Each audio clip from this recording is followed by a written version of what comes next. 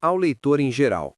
Para evitar um inconveniente maior, fui levado a deixar que estas notas passassem com alguma revisão, considerando que havia uma intenção de publicá-las por parte de alguns que não as tinham anotado perfeitamente, e estas primeiro por estarem mais à mão.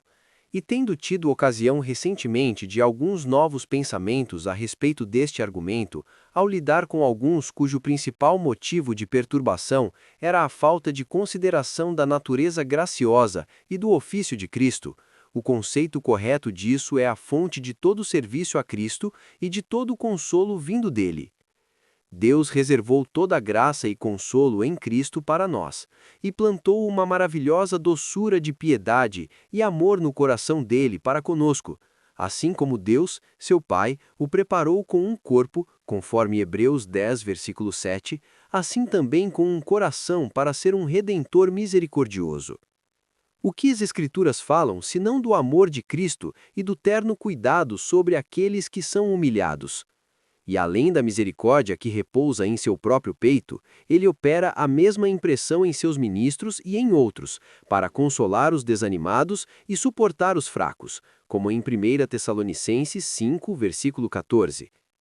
Os ministros, por seu chamado, são amigos do noivo, para unir Cristo e sua esposa, e portanto devem, em todas as boas ocasiões, expor todas as excelências de Cristo, e entre outras, que ele é de alto nascimento, poderoso, alguém em quem todos os tesouros da sabedoria estão ocultos, conforme Colossenses 2, versículo 3, e da mesma forma gentil, de boa natureza e de uma disposição graciosa.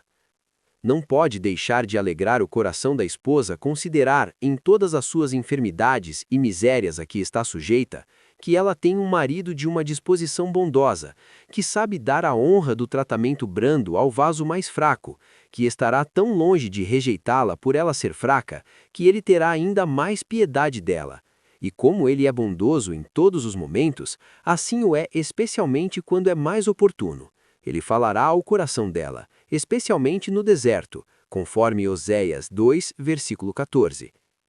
Quanto mais glória para Deus e mais consolo para uma alma cristã surge da crença e aplicação destas coisas, mais o inimigo da glória de Deus e do conforto do homem trabalha para gerar falsas persuasões sobre elas, de modo que se ele não pode impedir os homens de irem para o céu e trazê-los para aquela condição amaldiçoada em que ele mesmo se encontra, ainda assim ele pode perturbá-los em sua passagem.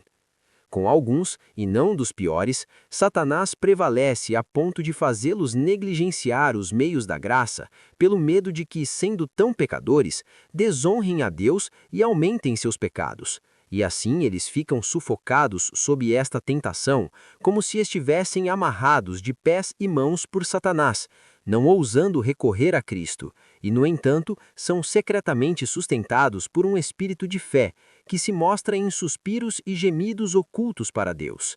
Estes são enganados por falsas representações de Cristo, pois todos os caminhos dele com tais pessoas são caminhos de misericórdia, e todos os seus pensamentos, pensamentos de amor. Quanto mais Satanás é malicioso em manter a alma nas trevas, mais cuidado se deve ter em firmar a alma sobre aquilo que a sustentará.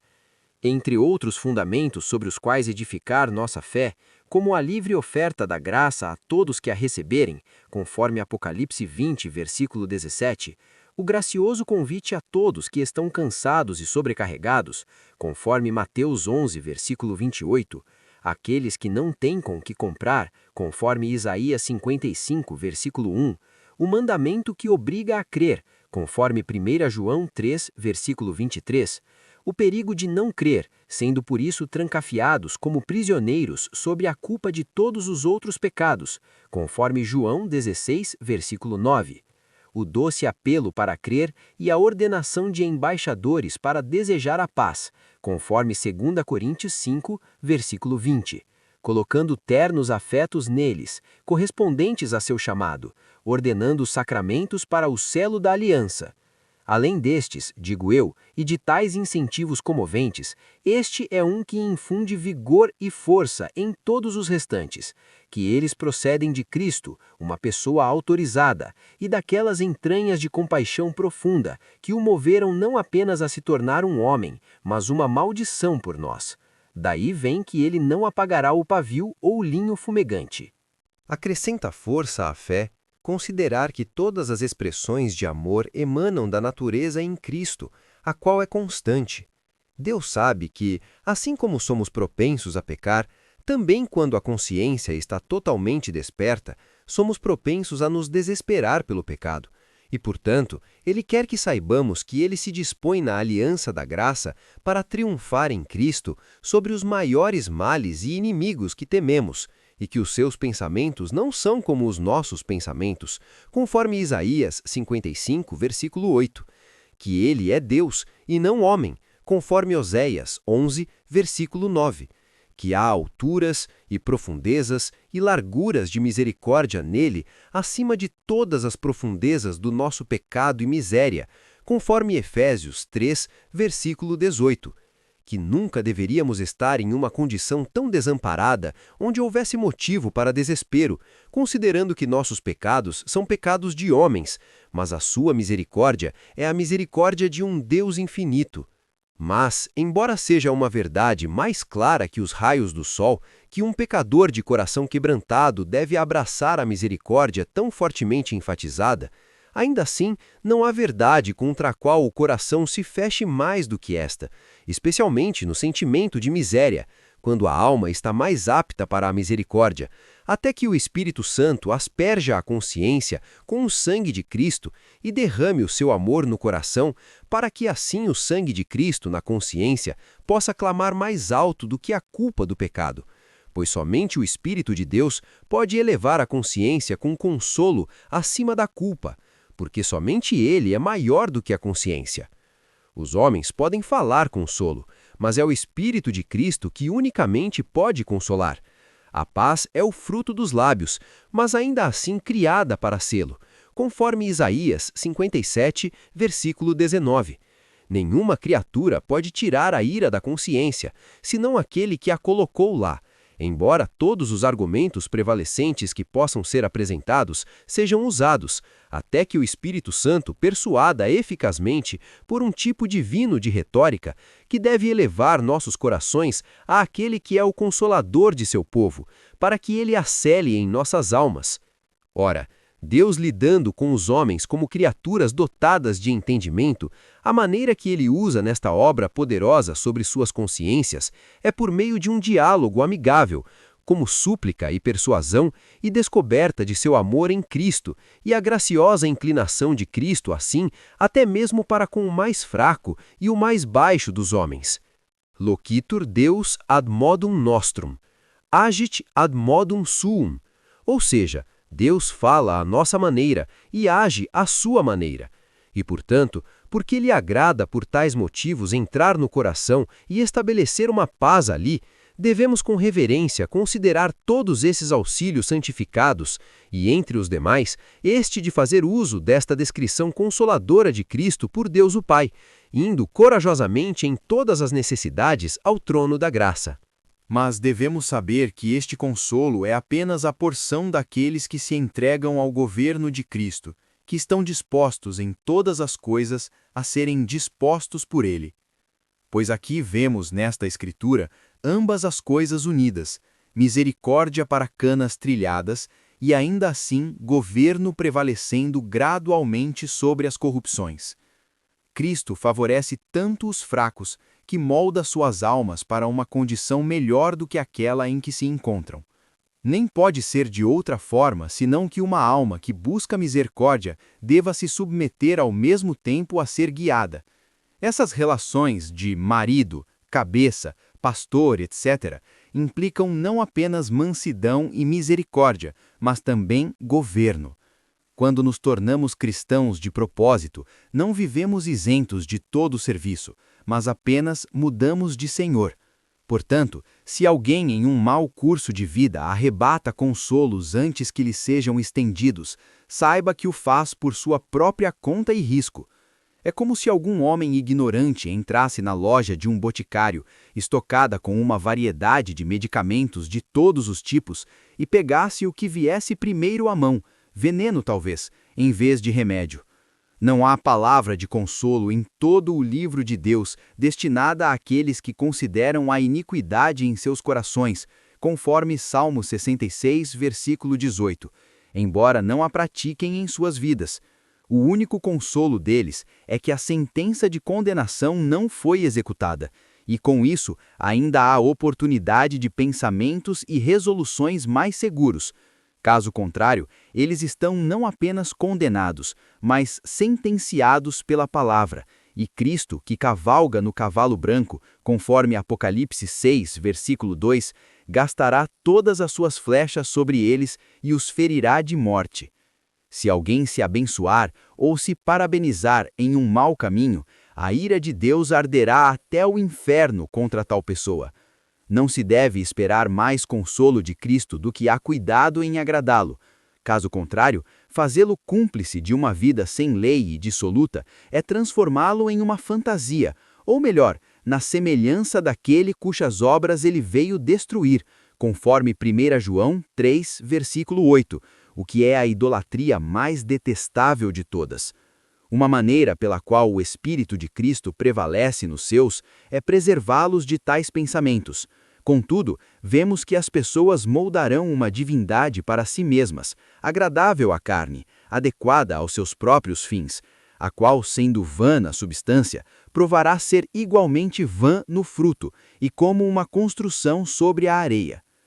O escopo principal de tudo é atrair-nos para acolher o governo brando, seguro, sábio e vitorioso de Cristo, e deixar os homens despidos de todos os pretextos de por que não querem que Cristo reine sobre eles, quando vemos a salvação não apenas poderosamente operada, mas docemente dispensada por Ele. O governo dele não é para seu próprio prazer, mas para o nosso bem.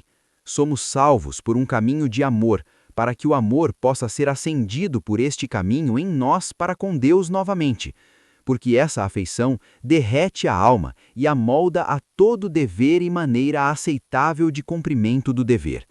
É o amor nos deveres que Deus considera, mais do que os deveres em si.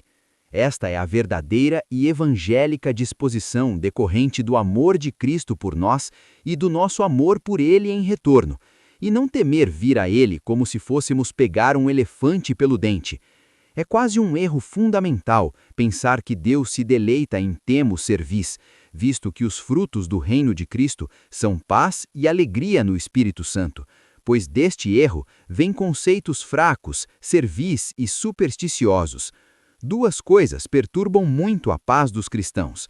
Primeira, suas vacilâncias pendendo sobre eles, e segunda, o medo de perseverar no tempo vindouro. Um remédio contra ambos está neste texto, pois Cristo é apresentado aqui como um salvador brando para os fracos, e para o tempo vindouro, seu poderoso cuidado e amor nunca são interrompidos, até que ele leve o juízo à vitória. E é por isso que tanto os meios de salvação, quanto a graça operada pelos meios e a glória que é a perfeição da graça, vêm todos sob um único nome de Reino de Deus, tantas vezes, porque a quem por meios ele traz a graça, pela graça ele trará a glória. Isso torna os pensamentos do juízo final confortáveis para nós, que aquele que então será nosso juiz não pode deixar de julgar a favor daqueles que foram governados por ele aqui, pois aqueles a quem ele guia pelo seu conselho, ele os leva à glória, conforme Salmo 73, versículo 24. Se nossa fé fosse tão firme quanto nosso estado em Cristo é seguro e glorioso, que tipo de homens deveríamos ser? Se eu tivesse tentado escrever em um estilo elevado, eu teria errado o meu objetivo e contrariado o argumento em questão, pois devemos nós, que somos servos, apagar essas fracas faíscas que o nosso Senhor se apraz em acalentar. Prefiro arriscar a censura de alguns do que impedir o bem de outros, o qual, se de alguma forma for promovido por estas poucas observações, tenho o que almejei. Não entendi um tratado, mas a abertura de um texto. O que for levado a fazer neste gênero deve ser aos poucos, conforme o lazer em meio a muitas interrupções permitir. O Senhor guie nossos corações, línguas e penas para a sua glória e o bem do seu povo. Richard Sibbes. Capítulo 1. O texto aberto e dividido. O que é a cana e o que é a contusão? Não esmagará a cana trilhada, nem apagará o pavio que fumega, até que faça triunfar o juízo. Mateus 12, versículo 20. O profeta Isaías, sendo elevado e transportado pela asa do espírito profético, passa por cima de todo o tempo entre ele e o aparecimento de Jesus Cristo na carne. Ele vê com o olho da profecia e com o olho da fé Cristo como presente e o apresenta, em nome de Deus, ao olho espiritual dos outros, nestas palavras: Eis o meu servo, a quem escolhi. Conforme Isaías 43, versículo 10. Esta passagem é alegada por São Mateus como cumprida agora em Cristo, conforme Mateus 12, versículo 18. Nela é proposto, primeiro, o chamado de Cristo para o seu ofício e, segundo, a execução dele. Primeiro, quanto ao seu chamado, Deus o intitula aqui de seu servo justo. Cristo foi servo de Deus na maior obra de serviço que já existiu, um servo escolhido e um servo de escol, isto é, escolhido com excelência. Ele fez e sofreu tudo por comissão do Pai. Nisso podemos ver o doce amor de Deus por nós, que considera a obra da nossa salvação por Cristo o seu maior serviço, e que ele colocará seu único Filho amado nesse serviço. Ele poderia muito bem prefixar a palavra eis, para elevar nossos pensamentos ao mais alto grau de atenção e admiração. Em tempos de tentação, as consciências receosas olham tanto para a tribulação presente em que estão, que precisam ser despertadas para contemplar aquele em quem podem encontrar descanso para suas almas aflitas. Nas tentações, é mais seguro não contemplar nada além de Cristo, a verdadeira serpente de bronze, o verdadeiro Cordeiro de Deus que tira os pecados do mundo, conforme João 1, versículo 20.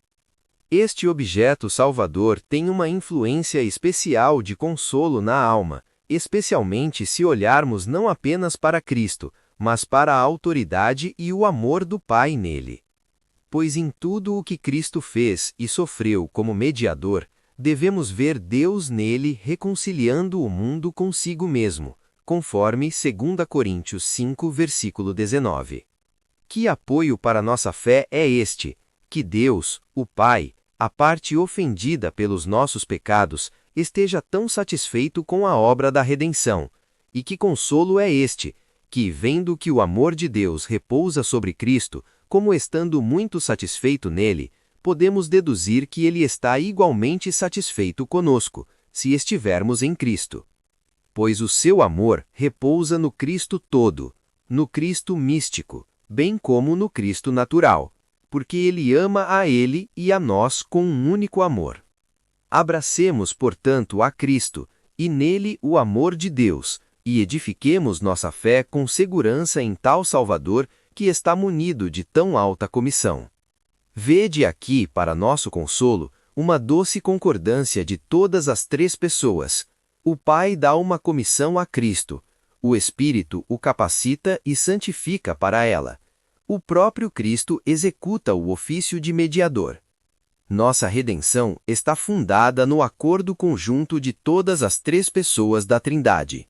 Segundo, quanto à execução deste seu chamado, é estabelecido aqui que seja modesta, sem fazer barulho ou levantar poeira por qualquer vinda pomposa, como os príncipes costumam fazer. A sua voz não será ouvida. A sua voz de fato foi ouvida, mas que voz? Vinde a mim todos os que estáis cansados e sobrecarregados, conforme Mateus 11, versículo 28. Ele clamou, mas como? Ó, todos vós os que tendes sede, vinde, etc., conforme Isaías 55, versículo 1. E assim como a sua vinda foi modesta, também foi branda, o que é estabelecido nestas palavras: a cana trilhada não quebrará, etc. Nelas podemos observar estas 3 coisas. Primeiro, a condição daqueles com quem Cristo tinha de lidar. Eram, primeiro, canas trilhadas e, segundo, pavios fumegantes. Segundo, o comportamento de Cristo para com eles. Ele não quebrou a cana trilhada, nem apagou o pavio fumegante, onde se quer dizer mais do que é falado, pois ele não apenas não quebrará a cana trilhada, nem apagará, etc., mas ele as estimará e cuidará delas. Terceiro, a constância e o progresso deste seu terno cuidado, até que o juízo chegue à vitória, isto é, até que a estrutura santificada da graça iniciada em seus corações seja levada àquela perfeição, de modo que prevaleça sobre toda a corrupção oposta. Quanto ao primeiro ponto, a condição dos homens com quem ele tinha de lidar é que eles eram canas trilhadas e pavios fumegantes. Não árvores, mas canas, e não inteiras, mas canas trilhadas. A igreja é comparada a coisas fracas, a uma pomba entre as aves, a uma videira entre as plantas, a ovelhas entre os animais, a uma mulher que é o vaso mais fraco, e aqui os filhos de Deus são comparados a canas trilhadas e pavios fumegantes. Primeiro falaremos deles como canas trilhadas e depois como pavios fumegantes. Eles são canas trilhadas antes de sua conversão e muitas vezes depois. Antes da conversão, todos são canas trilhadas, exceto aqueles que, sendo criados na igreja, Deus se deleitou em mostrar-se gracioso para com eles desde a sua infância. Contudo, isso ocorre em graus diferentes, conforme Deus vê ser adequado, e como há diferença em relação ao temperamento, capacidades, modo de vida, etc., assim também há no desígnio de Deus de emprego para o tempo vindouro. Pois geralmente ele esvazia tais pessoas de si mesmas e as torna nada, antes que ele as use em quaisquer grandes serviços. Esta cana trilhada é primeiramente um homem que na maior parte está em alguma miséria, como aqueles que vinham a Cristo por ajuda. Em segundo lugar, pela miséria é levado a ver o seu pecado como a causa dela, pois quaisquer que sejam as pretensas que o pecado faz, ainda assim a contusão ou a quebra é o fim dele. Em terceiro lugar, ele é sensível ao pecado e à miséria, até mesmo ao ponto da contusão. E em quarto lugar, não vendo ajuda em si mesmo, é levado com desejo inquieto a ter suprimento de outro com alguma esperança, o que o eleva um pouco para fora de si, em direção a Cristo, embora ele não ouse reivindicar qualquer interesse presente na misericórdia. Esta centelha de esperança, sendo combatida por dúvidas e medos decorrentes da corrupção, torna-o como um pavio fumegante, de modo que ambos estes juntos, uma cana trilhada e um pavio fumegante, compõem o estado de um pobre homem aflito, tal como aquele que nosso Salvador Cristo denomina pobre de espírito, conforme Mateus 5, versículo 3, que vê uma falta, e além disso, vê a si mesmo em dívida com a justiça divina, e sem meios de suprimento de si mesmo ou da criatura, e por isso lamenta, e mediante alguma esperança de misericórdia vinda da promessa e dos exemplos daqueles que obtiveram misericórdia, é estimulado a ter fome e sede dela.